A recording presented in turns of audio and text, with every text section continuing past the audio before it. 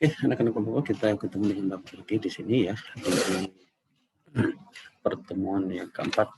Nah, mudah-mudahan pada kesempatan ini kalian semua sehat-sehat dan baik kondisi dan keadaannya, dan berharap untuk anak-anak Bapak yang muslim jangan lupa ya sholat, dan khususnya sholat 5 waktunya jangan ditinggalkan, tunaikan setiap hari supaya kalian mendapat pahala yang baik dan bagus untuk keperluan kalian nanti suatu saat nanti. Yang non muslim silahkan doa dan mengucap syukurnya selalu ditingkatkan setiap hari supaya kalian selalu diberkahi dengan berkah yang baik setiap hari ya. Oke anak-anak Bapak, nah akan Bapak kan mulai aja ya pertemuan yang keempat ini. Pertemuan keempat ini kita ngebahas dan Bapak akan membahas dulu ya pertemuan ketiga kemarin ya.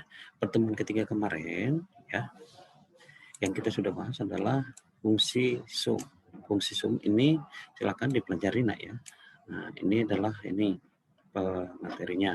Jadi fungsi sum itu menjumlahkan suatu data dari banyak data ya. Jadi kalau misalnya datanya dari 1 sampai 100, nah kita bisa menggunakan fungsi sum untuk menjumlahkan datanya itu. Dengan cepat dia akan dapat langsung. Nah yang kedua adalah fungsi dari average. Average itu adalah mencari nilai rata-rata. Ini adalah caranya. Nah, penulisannya di sini. Nah, definisi atau logikanya, pengertiannya seperti ini. Ya, silakan dibaca dengan baik. Nanti jangan sampai tidak bisa ya. Fungsi max. Max ini adalah mencari nilai tertinggi dari sebuah data. Jadi kalau kita punya data 1 sampai 100, nah dari data itu mana yang tertinggi? Nah, kita bisa menggunakan fungsi max ini. Ya, sehingga nanti kita temukan langsung nilai tertingginya berapa. Ya. Nah, yang kedua, yang berikutnya adalah yang keempat adalah nilai fungsi min. Fungsi min inilah fungsi yang kita gunakan untuk mencari nilai terendah, ya, nilai terkecil. Nah, nilai terkecilnya berapa? Nanti kita menggunakan rumus ini, maka dari sekian data, dari 1 sampai 100 data itu yang ada, maka dia akan cari nilai terkecilnya berapa. Oke, itu adalah materi Bapak kemarin ya, yang Bapak sampaikan kemarin. Nah, contohnya sudah Bapak praktekkan seperti ini ya. Ya, ini sudah Bapak praktekkan seperti ini. Dan ini juga sudah Bapak kasih tugas-tugasnya seperti ini. Jadi tinggal kalian ya, nanti Bapak buka lagi semua tugas-tugasnya, Bapak akan kirim ke kelas masing-masing. Oke. Nah, untuk pertemuan hari ini atau pertemuan yang keempat ini, Bapak akan membahas tentang masih Excel ya, tetapi di logika if ya, kita mulai bermain dengan logika. Oke, Bapak akan buka dah sebentar. Oke, anak-anak ini dah pengertian kita masuk di sini ya, di logika if ya. Kita akan masuk di logika if ini ya. Logika if ini ya, yang ini ya, logika if ya. Logika if. Nah, fungsi pengertiannya, fungsi if atau rumus if adalah suatu fungsi pada Excel ya, pada Excel dalam mencari kategori atau logika yang sering kita gunakan untuk melakukan uji atau menguji logika tertentu pada rumus Excel. Jadi fungsi if ini adalah kita mau mencari sesuatu dengan kondisi tertentu gitu. Misalnya ketika jika contohnya adalah jika hari ini hujan, maka saya kembali ke sekolah, maka saya berangkat ke sekolah. Nah, cek kondisinya nak, kondisinya hujan enggak? Kalau hujan, maka saya tidak berangkat ke sekolah. Tetapi ketika kondisinya tidak hujan, maka saya berangkat ke sekolah. Ya, Bapak ulangi sekali lagi ya, kondisinya. Logika itu seperti itu. Nah, pernyataannya seperti ini ya. Saya akan berangkat ke sekolah jika hari ini tidak hujan. Nah, jadi itu adalah pernyataannya. Saya akan berangkat ke sekolah jika hari ini tidak hujan. Nah, kita lihat kondisinya saat ini. Nah, kalau cek kondisinya, apakah kondisinya saat ini hujan? Nah, kalau kondisinya cek, oh ternyata kondisinya hari ini adalah hujan, maka hasilnya adalah saya tinggal di rumah atau saya tidak berangkat ke sekolah. Nah, kalau kondisinya tidak hujan, maka saya berangkat ke sekolah. Artinya ada kondisi, ada keadaan tertentu yang membuat dia harus melakukan aktivitas. Oke. Nah, kalau di Excel rumusnya adalah rumus Excel if akan menghasilkan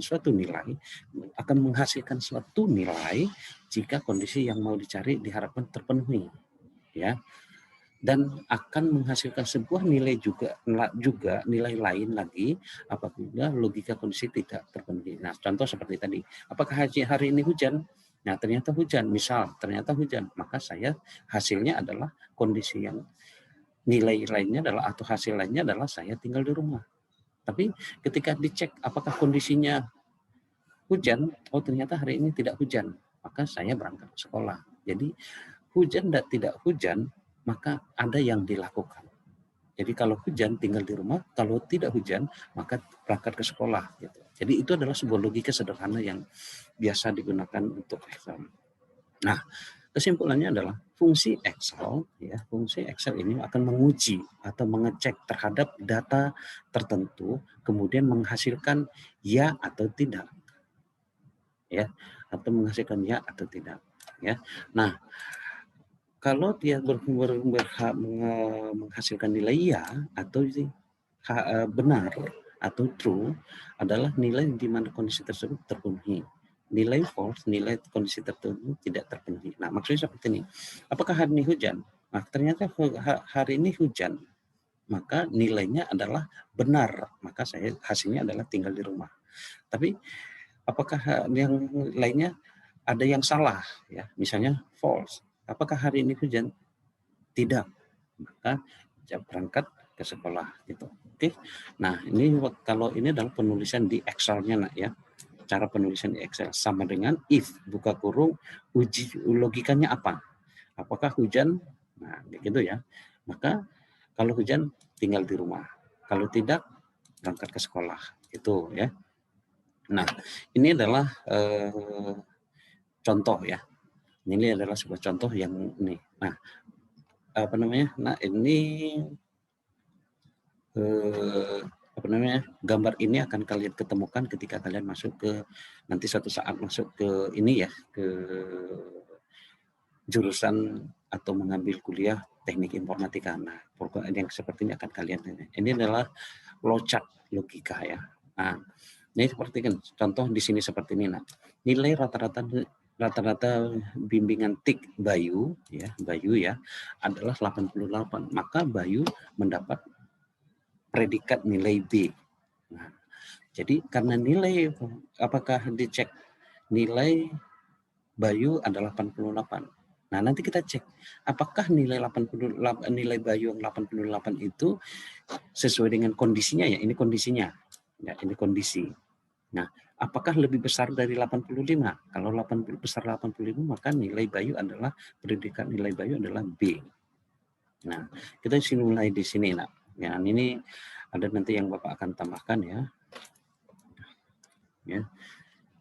Nih. Nah, perhatikan.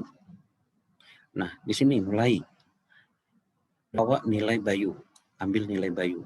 Oke, nilai Bayu adalah 88. Nah, dicek di sini. Nilai Bayu. Nilai Bayu adalah 88. Apakah 88? Nah, ini ya Bapak tanya. Nilai Bayu ya, nilai Bayu apakah 88 lebih besar atau sama dengan 85? Nih ke sini nak. Dia dibandingkan ke sini. Nilai 85 ini 88 dibandingkan ke sini. Nah, dibandingkan ke situ. Apakah ya? Nah, perhatikan ya. Ketika kita cek di sini, apakah nilai 88 itu lebih besar dari nilai Bayu ya? Nilai Bayu ya. Lebih besar dari 8, maka jawabannya adalah ya. Maka jawabannya adalah ya. Nah, ketika nilai jawabannya ya, maka predikatnya adalah B. Ya. Ketika jawabannya adalah B, maka ketika jawabannya ya atau benar ya, ini benar atau true. Berarti 88 lebih besar atau sama dengan 85 ya atau true atau benar gitu. Jadi maka dia ambil nilai B, predikatnya B, maka dia cetak ke sini. Ya. Setelah dia dapat ini nak ya. Nah, ketika dia sudah benar, maka langsung dicetak ke sini. Nah, maka nilainya adalah B, nilai predikatnya adalah B. Nah, contoh nih ya, misalnya nilai Bayu itu bukan 88 tapi 75. Apakah 75 ya, misalnya nilai Bayu itu adalah 75 ya. Misalnya 75. Apakah 75 lebih besar dari atau sama dengan 85? Maka kondisinya salah, nak, bukan ya. Jadi 75 itu bukan lebih besar tapi lebih kecil dari 85. Ini jawabannya tidak. Kalau jawabannya tidak, maka atau false atau ya tidak ya, maka predikatnya adalah C ya. Nah, itu dia nak ya, masalah mengenai ini. Jadi logika di sini jika ini benar, contoh tadi ya, contoh misalnya yang benar tadi ya, jika yang benar tadi adalah 88. Bapak masukin lagi nilai Bayunya. Nah, 88. Nah, apakah 88 benar lebih besar dari 85? Ya, maka jawaban masih dia ke sini. Ya. Kalau jawabannya iya, ya. Nah, kalau jawabannya iya masuk ke sini. Kalau jawabannya tidak, baru masuk ke bawah. Ya. Oke, anak-anak Bapak itu. Jadi itu logikanya. Nah, setelah itu selesai, ini bukan mulai lagi, nah ya, selesai. Ini selesai. Oke, habis itu selesai baru dicetak. Nah, di Excel, Bapak sudah buatin Excel seperti ini. Contoh seperti tadi. Masih jangan. Nah, kalau penggunaannya di Excel seperti ini. Nah, kita lihat di sini dia cek ya nilai Bayu. Nilai Bayu adalah 88. Di sel berapa? Selnya adalah sel ini adalah C4. Ini selnya adalah C4 ya. Nah, kita cek C4 ini ya. Kita cek apakah C4 ini, nih lihat nih, sama dengan ya, if buka kurung C4 di sini ya, C ya 4 ya, Bapak cek ulang, kasih tahu ulang ya, C ya 4 ya, itu selnya ya. Nah, apakah C4 ini, apakah isi dari C4 itu sama dengan atau lebih besar sama dari 85? Jika benar ya, ini nilai benar ya. Ini nilai benar. Kalau benar ini nilai ini yang dihasilkan. Ya. Nilai benar. Kalau benar ya, kalau logikanya benar, maka yang muncul adalah B. Tapi kalau salah ya, maka yang muncul adalah C. Ya. Ya. Kalau salah, maka jika salah ya. Nah, kita cek ya. Jika 88, nilai C4 adalah 88. Nah, C4 ini adalah 88. C4 ini adalah angka 88. Nah, ya.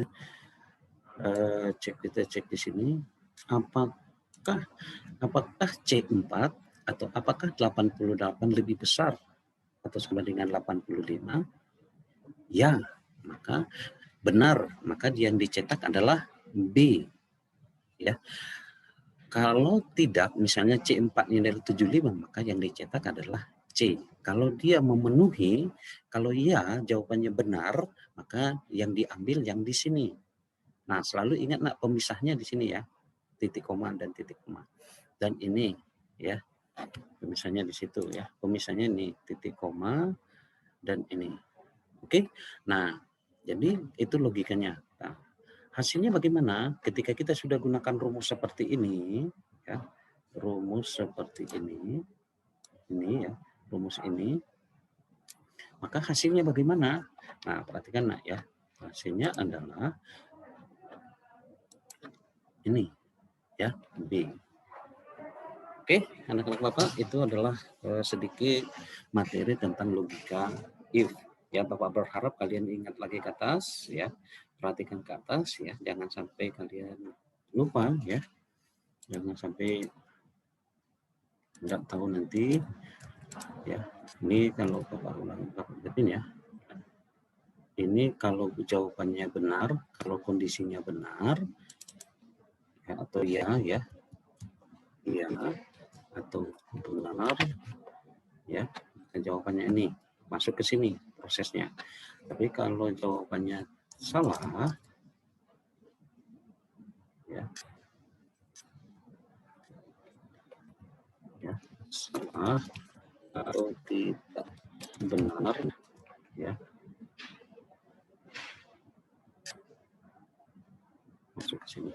Oke, anak-anak Bapak, itulah materi kita hari ini. Silakan dipelajari dengan baik logika ini. Nanti Bapak akan kasih tugas, ya.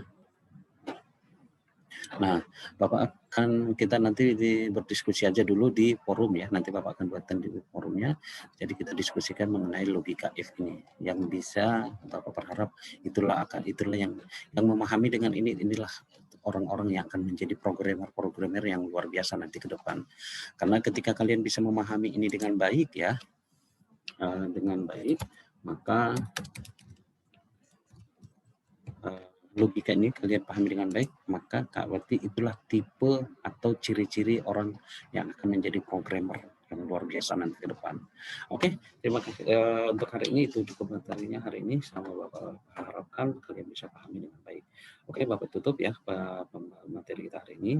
Mudah-mudahan apa yang Bapak sampaikan bisa dipahami dengan baik. Silakan dipelajari, silakan dibaca dengan baik lagi apa yang Bapak sudah jelaskan ini. Mudah-mudahan bisa dipahami. Nah, silakan untuk berikutnya adalah masih nanti untuk pertemuan berikutnya masih mungkin contoh-contoh logika if ya, supaya benar-benar dipahami. Nah, terima kasih anak-anak Bapak untuk hari ini, itulah materi Bapak, mudah-mudahan bisa dipahami dan selalu jaga jarak ketika kalian ketemu dengan kawan atau keluarga yang lain, selalu menggunakan masker ketika kalian keluar dari rumah dan cuci tangan ya ketika kalian setiap aktivitas apapun di luar dari rumah, ya silakan selalu cuci tangan. Oke, terima kasih, salam sehat untuk kita semua dan sampai jumpa di pertemuan berikutnya.